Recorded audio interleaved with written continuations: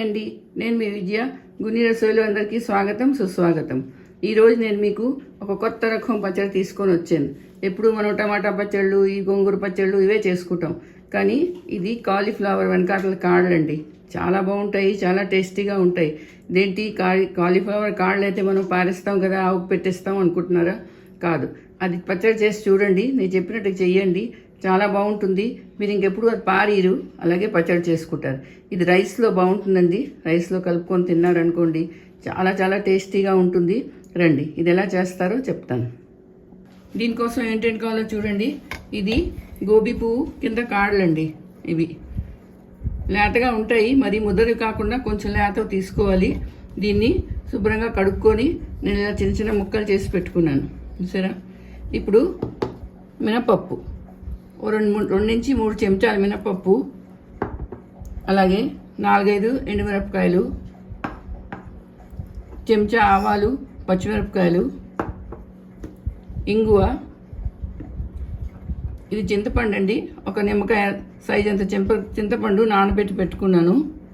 కొంచెం మెంతులు 1/2 చెంచా, వెల్లుల్లిపాయలు 6-7 రెమ్మలు, ఉప్పు తగినంత, తర్వాత నూనె. ఇంతేనండి దీనికి కావాలి. రండి, ఇది ఎలా చేస్తారో చెప్తాను. ఇప్పుడు పొయ్యి పెట్టుకున్నాను. పొయ్యి స్టవ్ మీద చూడండి, మూకుడు పెట్టుకున్నాను. మూకుడులోని 2 చెంచాలు నూనె వేసుకుంటాను. ఎక్కువ అక్కర్లేదు, 2 చెంచాలు చాలండి. ఇప్పుడు ఈ కట్ చేసుకొని ముక్కలు ఇవి వేసుకోవాలి. వేసుకొని వేయించుకోవాలి.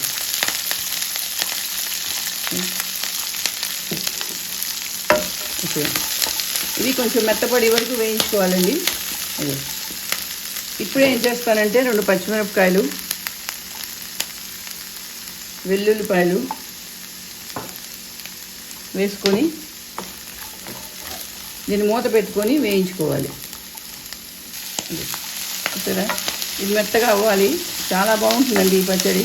ఇది ఒక మాట మీరు తిన్నారనుకోండి, అస్తమానం చేసుకుంటారు. ఇది పిల్లలు కూడా తింటారు. దీన్ని చాలా రుచిగాను. అసలు తెలియదు మీకు ఇది దేని పచ్చడిని. చూడండి, మూత పెడుతున్నాను. మూత పెట్టుకొని ఒక 10 నిమిషాలు అలా సిమ్లోని దీన్ని వేగనీయాలి. చూడండి, మూత తీసి చూస్తాను. మెత్తపడిపోయింది. ఇది బాగా వేగిపోయి మెత్తపడిపోయి.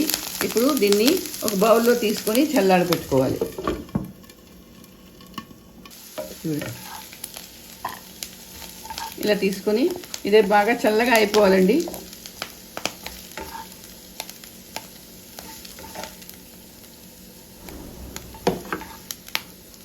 చూడండి, మళ్ళీ అదే మూకుడు, అందులో ఇంకొంచెం నూనె వేసుకున్నాను. నూనె వేసుకొని అందులోని 3 నుంచి 4 చెంచాలు మినపప్పు. కొంచెం మినపప్పు ఎక్కువ వేయాలండి, దీనికి చాలా బాగుంటుంది ఇది. ఇదిగో, అలాగే ఎండుమిరపకాయలు 4 ఎండుమిరపకాయలు వేసాను. కొంచెం మెంతులు మరి ఎక్కువ వేసేయకూడదు, చేదైపోతుంది. వేసి వేయించుకోవాలి.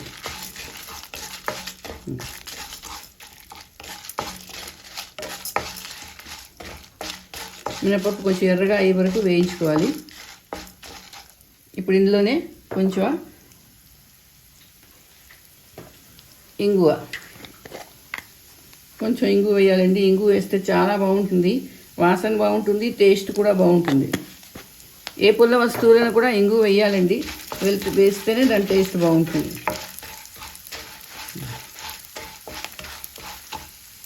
చూడండి, మినపప్పు వేగిపోయిందండి. ఈ కలర్ ఉంటే చాలు, మరీ మాడిపోకూడదు. ఇప్పుడు స్టవ్ ఆఫ్ చేసుకొని ఇది కూడా కొంచెం చల్లార పెట్టుకోవాలి. ఇప్పుడు చూడండి, ఓ మిక్సీ జార్ తీసుకున్నాను. అందులోని ఈ పోపు వేసుకోవాలి.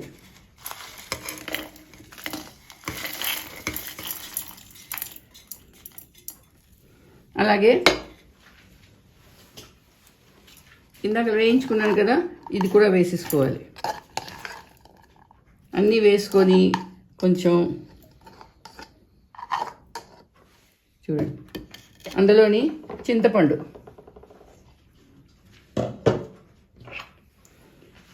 అండి. ఇదిగో ఒక చెంచాన్నర చింతపండు వేసుకోవాలి. తర్వాత ఉప్పు తగినంత ఉప్పు వేసుకోవాలి. ఇగో మరీ ఎక్కువ కాదు, ముందు తక్కువ వేసుకోవాలి, సరిపోకపోతే తర్వాత వేసుకోవచ్చు. ఇప్పుడు ఇది మూత పెట్టుకొని దీన్ని గ్రైండ్ చేసుకోవాలి. చూడండి పచ్చడి రుబ్బిసాను, ఇగో చూసారా ఇలా అయిపోయింది. ఇప్పుడు ఏం చేయాలంటే పోపు కోసం ఇగో చిన్న ప్యాన్ పెట్టుకున్నాను, అందులో కొంచెం నూనె వేసుకొని ఆవాలు, ఒక స్పూన్ ఆవాలు వేసుకోవాలి. అలాగే కరివేపాకు, కొంచెం కరివేపాకు వేసుకొని నేను పోపు ఆవాలు చిట్పట్లు ఆడాలండి. ఇగో చూడండి చాలా బాగుంటుందండి. ఇది చూడ్డానికి బాగుంటుంది, తినడానికి మరీ బాగుంటుంది. ఇది రైస్లో కలుపుకొని తిన్నారనుకోండి, ఆహా ఏమి రుచి అని మీరే అంటారు, అంత బాగుంటుంది. ఇది తిన్నప్పుడు కొంచెం నూనె కానీ నెయ్యి కానీ చేతి మీద వేసుకొని కలుపుకోండి అన్నంలోని. చాలా చాలా బాగుంటుందండి ఇది. చూడండి అసలు మీకు తెలీదు దేని పచ్చడో. ఆవాలు చిట్పట్లు ఆడిపోయి చూడండి. ఇప్పుడు దీని మీద పోపు వేసేసుకోవాలి. అంతేనండి పచ్చడి. చూడండి చూసారా ఎంత బాగుందో ఈ పచ్చడి. చూడడానికి బాగుంది, తినడానికి బాగుంటుంది, చాలా బాగుంటుంది ఇది. చూడండి చాలా చాలా టేస్టీగా ఉంటుందండి ఆ పచ్చడి. మనకి ఏ పచ్చడి చేసుకోవాలా అని ఆలోచించక్కర్లేదు. గోబీ కానీ మీ ఇంట్లో వచ్చిందనుకోండి, తప్పకుండా ఈ పచ్చడి చేసుకోండి. మరి మీరు చేసుకోండి, అందరికీ చేసి పెట్టండి. మరి నా వీడియో ఎలా ఉందో తప్పకుండా కమెంట్ చేసి చెప్పండి. అలాగే నా ఛానల్లో కానీ మీరు కొత్తగా ఉంటే సబ్స్క్రైబ్ చేయండి, అలాగే లైక్ షేర్ కూడా చేయండి. మళ్ళీ ఇంకో వీడియోతో కలుస్తాను. అంతవరకు సెలవు.